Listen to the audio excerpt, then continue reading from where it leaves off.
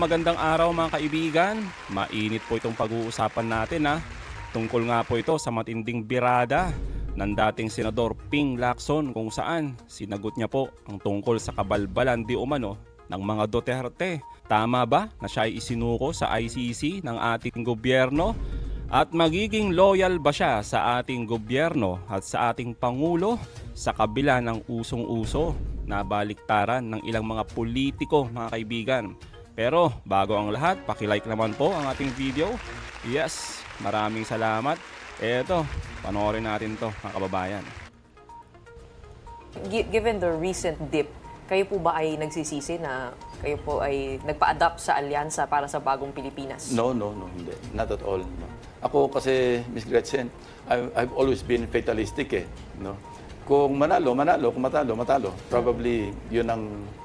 Kasi para kaming 60, more than 60 job applicants, vying for 12 job vacancies. Yun lang tayo niyan. Ngayon, kung ang HR namin, kayo, the Filipino people, kung sa tingin ng HR, hindi kami karapat-dapat na matanggap as applicants doon sa trabaho, then so be it. Maybe it's time to really retire altogether. So, kahit ano po mangyari, dito po kayo sa Alyansa para sa Bagong Pilipinas, does that mean also that you align with the principles of this administration? Not necessarily. When President Bongbong invited me, alam niya naman yung role ko sa Senate. Lagi ako nag-fiscalize, lagi akong nag-expose ng corruption. So, knowing that, alam niya rin kung ano yung pupuntahan ko, kung ano yung makikita niya pag nasa Senate ako. Sabi niyo po, in an interview, walang consistency kapag kakampi, libre kapag kalaban tutuluyan. Hindi ka magsasucceed kapag double standard ka. You that referring to the former president. Do you think it was a failed... Kaya sinabi kong double standard kasi we once investigated a case involving some police officers known to be very close to somebody, really close to the president. Walang nangyari sa case We investigated it. This was the case, the father of Kerwin Espinosa, sa Albuera, Leyte. Napaklaro ng ebidensya, pinasok sa kulungan, and yet, noong sinapit namin yung report para sa yung DOJ to take action, walang nangyari sa kaso. Tulad nga po nung sinabi ni SOJ Remulla, nung panahon ni Duterte, malabo talaga ang judicial system natin. Kasi isipin nyo to mantakin nyo mga kababayan, mismong mga senador natin noon, nung panahon nila Ping Lacson. Ang daming ebidensya patungkol nga sa war on drugs ni Duterte. Siyempre, di naman sila pwedeng magkaso, di ba? Kaya sinubmit nila papunta sa DOJ, pero ang ginawa ng DOJ, wala.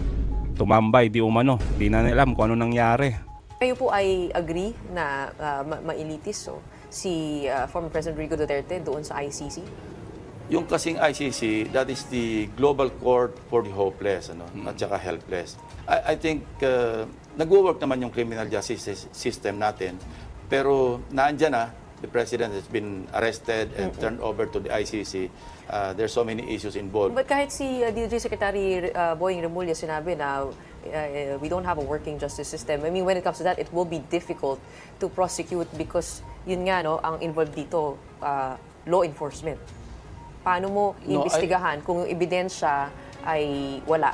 Kumbaga, parang kung police ang operation ang involved dito, medyo magiging mahirap.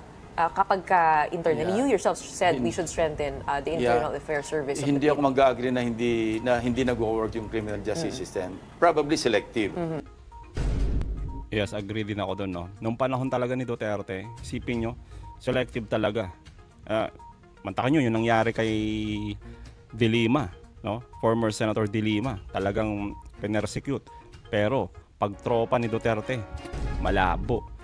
Wala kayong malalaman na nakulong or nakasuhan. Well, nakasuhan pero hanggang dun lang, nadidismiss nga, di ba? Basta tropa.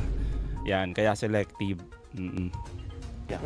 But when it comes to the arrest of the former president, what is your take on that? I mean, when it comes to following protocol, kasi nga narinig din natin na kina-question si General Marbil, si General Torre sa Senado. Do you think the former president was denied his rights for judicial process in local courts? First, ang una ko, nung makita kong inaresto, yung about to be arrested, ang una ko talaga na-feel, yung awa, kasi because of his physical condition. Well, tulad nga ng sinasabi lagi natin, di ba? Normal lang naman na maawa ka. Dahil 80 years old, matanda na si Duterte, di ba? Tapos kakalad ka rin papuntang ICC. Siyempre nakakaawa sa unang tingin, lalo na pag wala kang alam, di ba? Sa mga totoong nangyari. Di po ba? Pero kung titignan mo talaga sa likod ng mga drama na yan, abay kailangan niya talagang managot, mga kababayan. At pag-asa rin ni chance din ni Duterte na malinis yung kanyang pangalan sa ICC. Dahil syempre, uusigin siya dun di ba? Kung manalo siya, edi maganda. Pero kung matalo siya, again, edi bokya ang mga Duterte. At syempre, nabigyan ng hustisya itong mga kababayan natin na biktima ng so-called EJK. Di ba? And magkaibigan naman kami ni Presidente. Way back nung mayor pa siya ng Davao. Talagang magkaibigan na rin kami. So awa, but then, yung police naman, they have this duty to perform. And merong arrest warrant na nanggaling sa ICC, tinansmit to the Interpol. Meron tayong tinatawag na yung transnational crime, at doon naman ipinasa. So they had to do their job. General Torre had to do his job. And Si General Marbil, did he have a choice? Or susunod lang din po yan as PNP chief? no, they don't have a choice. Kasi Susunod lang sila sa higher... maski ako, bigyan ako ng arrest warrant, tapos legitimate, legal yung order, susundin ko, gagawin. Palakpakan mga kaibigan, itong si Senador Ping Lacson. Yes, mabuhay po kayo Ayun ang mga kababayan, ang linaw, di ba? Kahit mismong si Ping Lacson, si Senador Ping Lacson, kahit siya yung nasa posisyon ni General Torre, abay aarestuhin pa rin si Duterte kahit sino ka pa. Basta nakasaad sa batas, lehitimo yung warrant of arrest, kahit si Duterte ka pa, aarestuhin kita. Yan ang malinaw, mga kaibigan. Kaya dapat nating ibalik itong si Senador Ping Lacson, mga kaibigan, sa Senado. Mabuhay po kayo, Ping Lacson. Eto, tuloy natin. I cannot go back to the Commander-in-Chief. Sabihin kong, hindi ko kayang iserve itong warrant. But who would be commanding General Marbil? Well, the Commander-in-Chief. Of course. The President? Yeah, the President. Ayan na. Inamin na ni Senador Ping Lacson kung sino ba yung sinasabi ng mga alipores ni Duterte na mastermind di umano sa pagpapaaresto kay Pangulo. Ayan, inutos daw. Ba? Utos ni Pangulong Marcos. Ayan. Senator Bato, Robin, Amy. Dali na, patawag nyo na si Pangulo sa Senado. Yan naman ang hinihintay nyo, di ba? Kung sino yung mastermind di umano. Tulad nga ng sabi ni Attorney Claire Castro, ginagawa lang ng Pangulo ang nakasaad sa batas.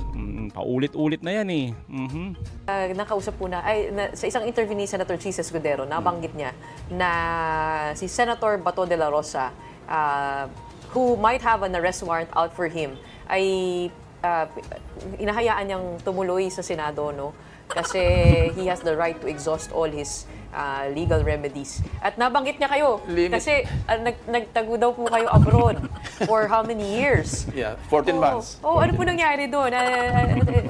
Na-agree po kayo na magandang yan? Kasi si Harry Roque din ay nasa ibang bansa at ayaw humarap sa mga hearing dito. Ako, Ms. Gretchen, I did not get out of the justice system.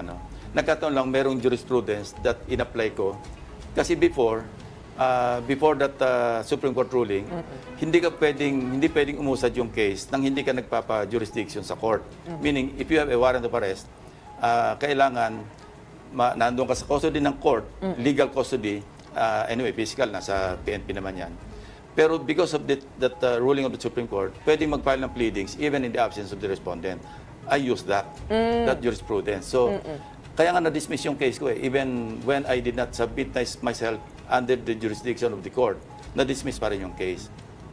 Absent that, hindi ko pwedeng i-apply yun. Kailangan either mag-surrender ako, mag-undergo ako ng trial, because hindi ako makapag-file ng pleadings. So iba po ito sa kaso ni Senator Bato kasi ICC ang iba yun kasi yung sinasabi ni Senator Chis, merong immunity from arrest ang congressman, ang senador, pero very limited yon.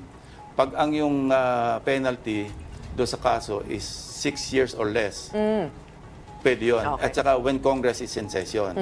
And si Senator Bato, kung naka-recess yung Congress, he cannot hide forever in the Senate, di ba? May hangganan din. May hangganan yun kasi... Bilang panghuli, bakit po dapat kayo iboto ng taong bayan sa Senado? Ako naman, track record lang naman yung pwede kong sabihan. I can bring to the Senate buhat ng sarili bangko, integrity, discipline, at saka yung track record. Yung aking experience, yung aking competence. Mabuhay po kayo, Senador Ping Lacson. Napakaganda po nung inyong sinabi, no? Patungkol nga dito sa mga issue ngayon, dito sa pagkaladkad kay Duterte, dito sa issue ni Bato na gustong magtago sa Senado, okay? Itong mga nangyayaring traiduran sa mga alyansa papunta sa padapa, di ba? Walang loyalty. Marami dyan, mga kaibigan, di ba? Nagbabaliktaran, mga traidoran. At yung iba naman, mabibwisit ka na lang kasi 12 nga lang itong senador natin na makakapasok, 13 yung kanilang ini-endorso. Pero again, mga kababayan, etong si Senador Ping Lacson, gustong-gusto ko yung sinabi niya kanina, no? Na kahit pa sino pa yan, kahit pa si Duterte yan, mga kaibigan, no?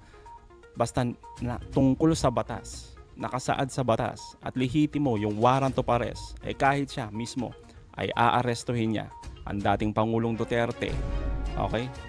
At ilalagay mismo sa ICC kasi yun yung nakalagay sa batas, mga kaibigan. Naway sana'y maintindihan ito ng mga kababayan natin, okay? Ng mga Duterte supporters na wag po kayong maging panatiko, no? Wag magbulag-bulagan. Kaya again, mga kaibigan, palakpakan natin itong si Senador Ping Lacson. Okay? So mga kaibigan, anong masasabi nyo patungkol dito? Comment down below. Again, mga kaibigan, huwag nyong kalimutan i-like at i-share ating mga video. Hanggang sa muli, kita-kita ulit tayo, mga kaibigan.